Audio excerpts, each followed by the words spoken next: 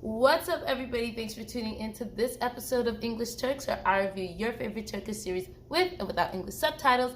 And today we get to talk about episode 8 of Adim Farah. Now, guys, love this episode. Now, we had so many fragments, 3 fragments, and a sneak peek. And I was like, what is going on? What is going on with this series? But it was all good and well because there are still some things they didn't show us that we got to see in the episode.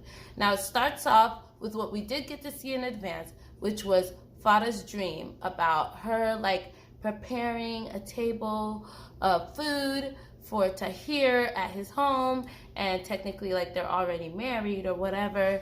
And basically the whole premise of the dream is that she got the feels for Tahir.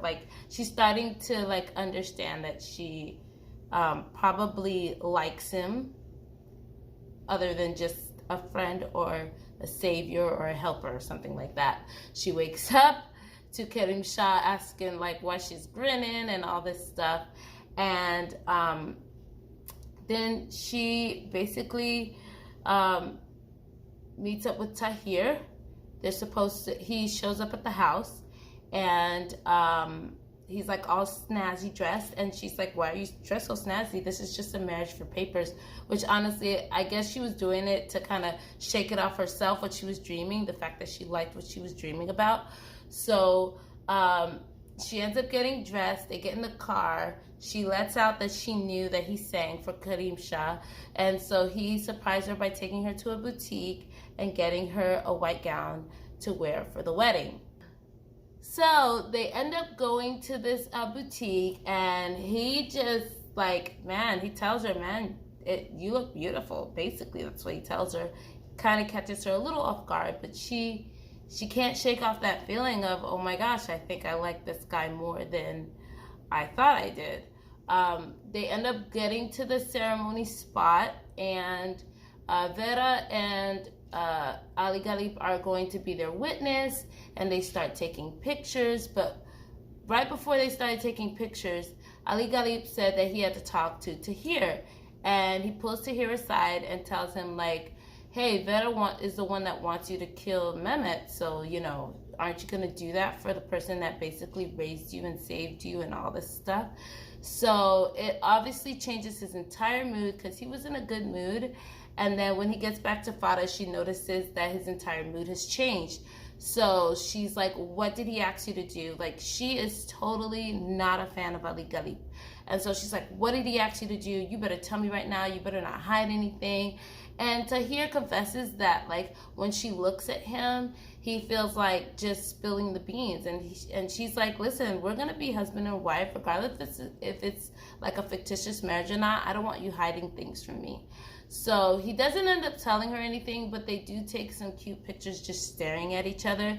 And mind you, in my mind, I'm thinking, oh my gosh, I really hope his breath smells good, because he towers over her and has to lean his head down towards her. But I'm like, man, if you have to be face to face with somebody and their breath doesn't smell good, that's got to suck.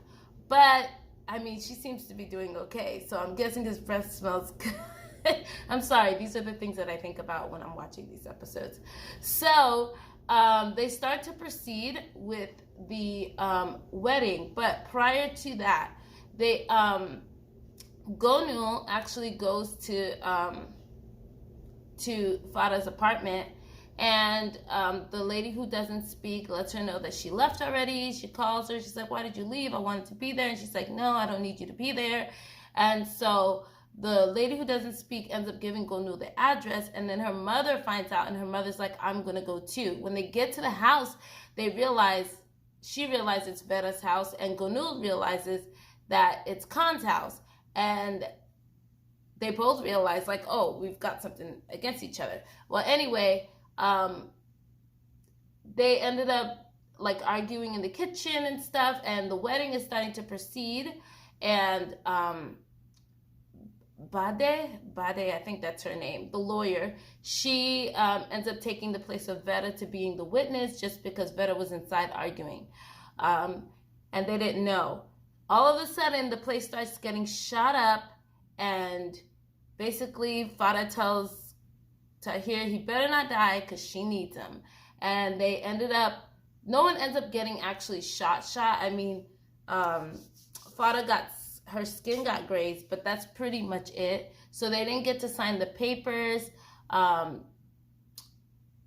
Khan and them all go to like this bulletproof room, except Gonul isn't there and they don't know where to find her. Eventually, once the shooting stops, they do find her. She's hiding in the nephew, I call him the nephew, his closet. And she argues with Farah once being found, because she's like, you knew who he was, you witnessed it, and you didn't say anything. And it's kind of crazy, like, the secret's out, everybody knows what's going on, and yet, like, the police don't know, or the police can't use this against them. I mean, like, enough people know that this is real. Because Khan does confess to Gonul that, yes, everybody knew about this, like, it's not a secret. So in the meantime, while all this chaos is happening at Ali Ghalib's house, Mehmet, he's at his house, I think, with his assistant, or his like sidekick or whatever, and they're like going through the evidence, trying to figure out, like, yeah, there was a second shooter. Where could the second shooter have been standing? And basically they show him having flashbacks of the shooting. The assistant, he's having a flashback of the shooting. His hands start getting sweaty. He puts on his gloves. He feels a little nervous. And a lot of people are speculating that he is probably the person that actually did shoot the police officer.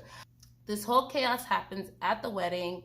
And basically, Tahir goes through the episode trying to decide whether he's actually going to do what he was assigned to do, which is to kill Mehmet.